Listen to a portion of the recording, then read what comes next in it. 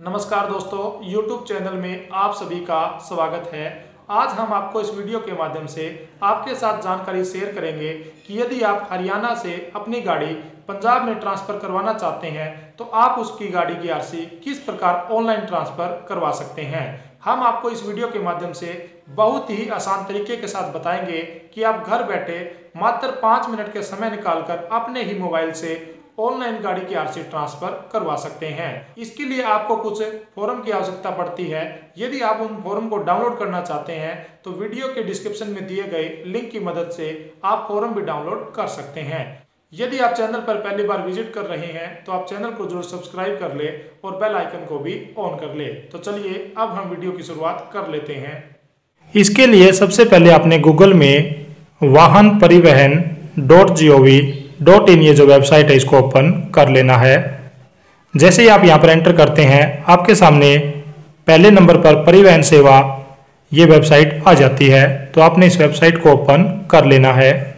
जैसे ही आप इस वेबसाइट को ओपन करते हैं आपके सामने ऐसा इंटरफेस आ जाता है। आपने इसको नीचे स्क्रॉल कर लेना है और व्हीकल रजिस्ट्रेशन के ऑप्शन पर आपने क्लिक करना है। इसके बाद आपने यहाँ पे सिलेक्ट स्टेट नेम, आपने यहाँ पे अपना स्टेट का जो नेम है वो सिलेक्ट कर लेना है। जैसे कि हम यहाँ पे एग्जांपल के तौर पे हरियाणा सिलेक्ट कर लेते हैं। एंटर रजिस्ट्रेशन नंबर, आपने यहाँ पे अपनी गाड़ी का जो नंबर है वो एंटर कर देना है। जैसे कि हम आपको उदाहरण के तौर पर HR 39C 4470 किसी भी गाड़ी का नंबर है वो एंटर कर देते हैं। उसके बाद आपने यहाँ पे RTO ऑफिस सिलेक्ट कर लेना है। जैसे कि हमने यहाँ पे हिसार HR 20 जो RTO ऑफिस है वो हमने सिलेक्ट कर लिया है। उसके बाद आपने प्रोसीड के ऑप्शन पर क्लिक करना है। उसके बाद दोबारा फिर आपने प्रोसीड के ऑप्शन पर क्लिक करना है। इसके बाद आपको यहाँ पे apply for transfer of ownership, change of address, hypothecation, addition, continuation, termination, duplicate RC ये जो ऑप्शन आपको दिखाई दे रहा है आपने इस ऑप्शन पर क्लिक करना है। और यदि आपने आपकी गाड़ी का टैक्स पे करना है तो आप यहाँ पे पे योर टैक्स के ऑप्शन पर भी क्लिक कर सकते हैं। यदि आपने डुप्लीकेट फिटनेस सर्टिफिकेट बनवाना है तो आप इस ऑप्शन पर क्लिक कर सकते हैं। लेकिन हम आपको यहाँ पे आपकी गाड़ी की आरसी ट्रांसफर करना सिखा रहे हैं तो हम यहाँ पर apply for transfer of ownership के ऑप्शन पर क्लिक करेंगे। जैसे ही आप यहाँ पर क्लिक करते हैं आपके सामने ऐसा इंटरफेस आ जाता है।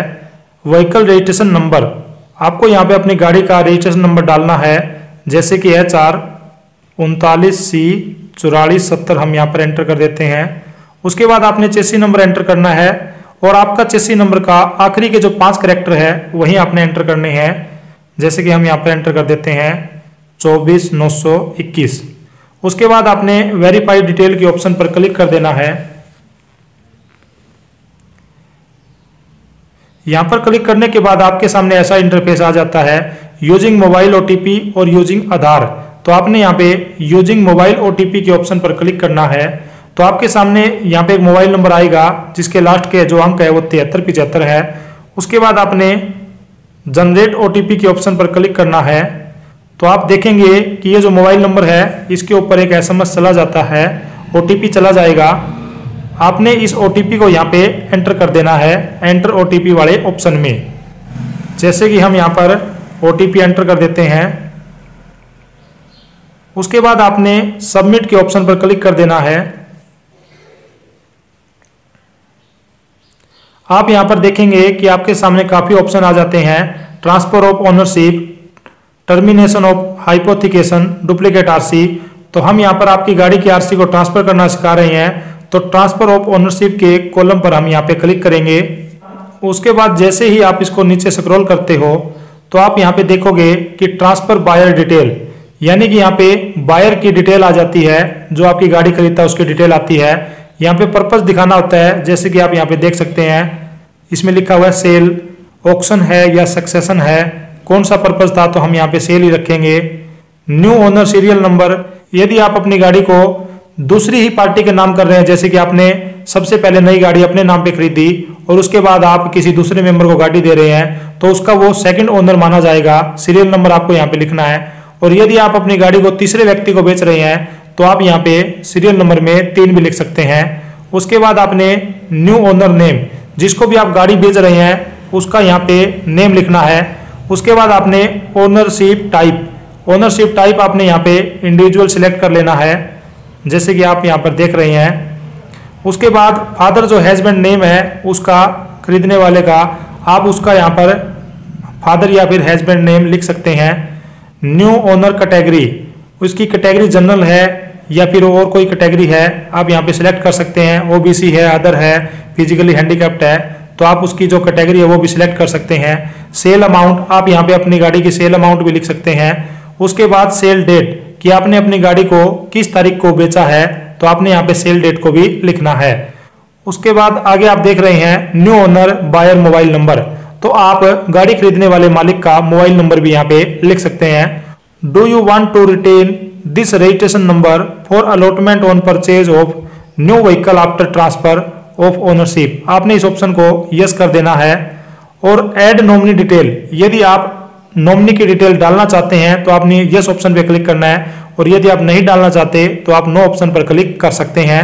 नॉमिनी की डिटेल का मतलब है कि आपकी डेथ के बाद आपकी गाड़ी किसके नाम ट्रांसफर होगी, उसको नॉमिनी डिटेल बोला जाता है। उसके बाद आपने यहाँ पे एड्रेस डिटेल डालनी है, जैसे कि हाउस नंबर, स्ट्रीट नेम कितना है, आपका विलेज कौन सा है, टाउन सिटी कौन सा है। यहाँ पे ये जो डिटेल है ये गाड़ी के खरीदने वाले मालिक की डाली जाती है, ना कि बेचने वाले मालिक की। उसके बाद आप लैंडमार्क, पुलिस स्टेशन आप यहाँ पे बता सकते हैं कि आपका पुलिस स्टेशन कौन सा लगता है। उसके बाद आपका यहाँ पे स्टेट लिख रखा है कि आप कौन से स्टेट में गाड़ी को ट्रांसफर कर रहे हैं, वो स्टेट आपने यहाँ पे सिलेक्ट करना है। उसके बाद आपने यहाँ पे अपना डिस्ट्रिक्ट भी सिलेक्ट कर देना है, और आप उसका पिन कोड भी यहाँ पे आपने लिखना है। जैसे आप ये सभी जानकारियाँ एंटर कर देते हैं, उसके बाद यदि आपका परमानेंट एड्रेस और करंट एड्रेस सेम है तो आप इसके सेम एज करंट एड्रेस के ऑप्शन पर क्लिक करेंगे, और आपने ये जो डिटेल है आगे नहीं भरनी है, क्योंकि आपका परमानेंट एड्रेस और करंट जो एड्रेस है वो सेम है। उसके बाद आपने यहाँ पे इंश्योरेंस की डिटेल आ जाती है, जैसे कि आपकी गाड़ी का जो इंश्योरेंस जो टाइप है वो थर्ड पार्टी है या फर्स्ट पार्टी है, वो आपने यहाँ पे सिलेक्ट कर लेना है। इंश्योरेंस कंपनी आपकी कौन सी है, किस कंपनी से आपने इंश्योरेंस करवा रखा है, उस कंपनी का नाम आपने यहाँ पे सिलेक्ट कर लेना है। जैसे ही आप इस ऑप्शन पर क्लिक करते हैं आपके सामने काफी सारी कंपनी आ जाती है, तो आप अपनी गाड़ी के बीमे में आप अपनी कंपनी देख सकते हैं कि आप किस कंपनी का यहाँ पे बीमा करवाया हुआ है। उसके बाद पॉलिसी नंबर यहाँ पे ऑटोमेटिक चक लेता है, यदि नहीं चकता तो आप यहाँ पे पॉलिसी नंबर डाल सकते हैं। आपके इंश्योरेंस की जो डेट है वो कब से लेकर कब तक रिन्यूअल है, आप उसकी डेट भी, बीमे करवाने की स्टार्टिंग डेट और लास्ट डेट को भी आपने यहाँ पे एंटर कर देना है। तो आपने ये जो जानकारी है पूरी की पूरी यहाँ पे इसमें एंटर कर देनी है, और आपने ध्यान रखना है कि आप कोई भी जानकारी गलत तरीके से मत डाले, आपने बहुत ही सूझबूझ के साथ यहाँ पे अच्छे से जानकारी डालनी है। उसके बाद यहाँ पे आप फीस पैनल भी देख सकते हैं, ट्रांसफर ऑफ ओनरशिप, यानी कि आपको 500 रुपये ट्रांसफर ऑफ ओनरशिप की फीस लगेगी, और स्मार्ट कार्ड फीस, यदि आप स्मार्ट कार्ड बनवाते हैं तो आपको यहाँ पे 200 रुपये फीस देनी पड़ेगी। इस प्रकार टोटल जो आपकी फीस है 700 रुपये आप यहाँ पर देख सकते हैं, आपको 700 रुपये यहाँ पे फीस देनी पड़ेगी। सेव एज ड्राफ्ट, लास्ट में आपने फीस कटवाने के बाद सेव एज ड्राफ्ट ऑप्शन पे क्लिक करना है, और उसके बाद यहाँ पे आपकी जो फीस है वो कट हो जाती है। आप गूगल पे से, फोन पे से, एटीएम कार्ड से, डेबिट कार्ड से, क्रेडिट कार्ड से, आप किसी भी माध्यम से यहाँ पे आप पेमेंट कर सकते हैं।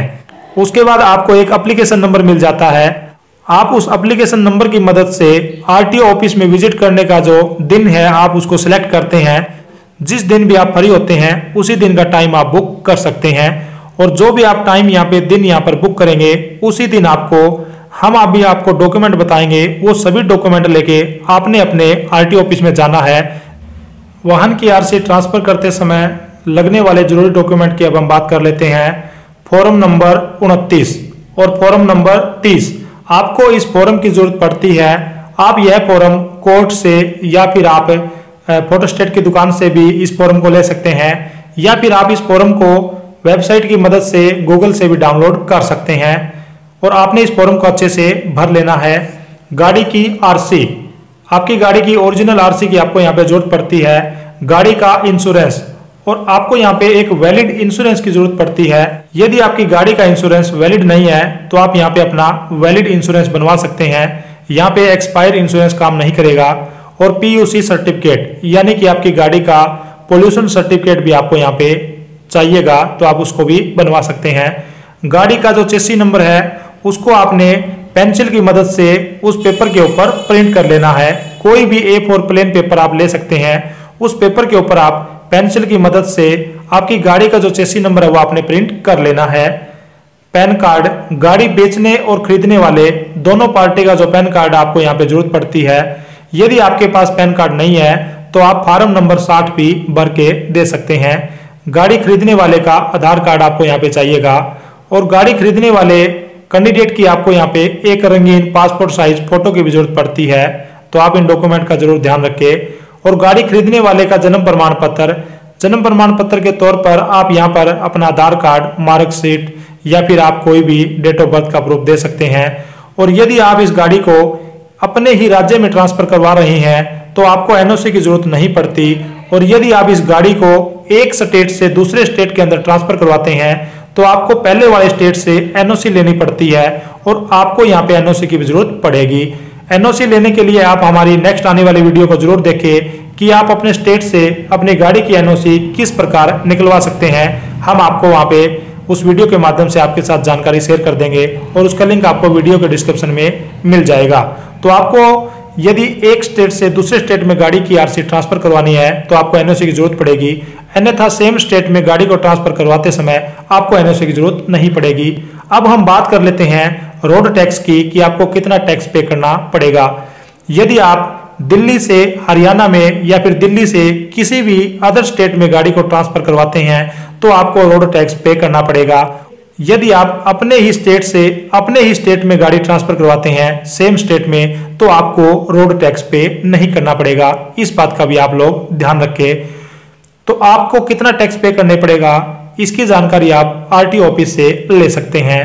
और यदि अब भी किसी साथी के मन में गाड़ी की आरसी ट्रांसफर करवाते समय कोई भी किसी भी प्रकार का सवाल या जवाब आपके मन में रह गया है तो आप अपना सवाल हमसे क्लियर कर सकते हैं। वीडियो में कमेंट के माध्यम से आप अपना सवाल लिख दें, हम आपके सवाल का तुरंत रिप्लाई करेंगे। और हमारे द्वारा दी गई जानकारी आपको कैसी लगी लाइक, शेयर और कमेंट के माध्यम से जरूर बताएं। धन्यवाद। जय हिंद।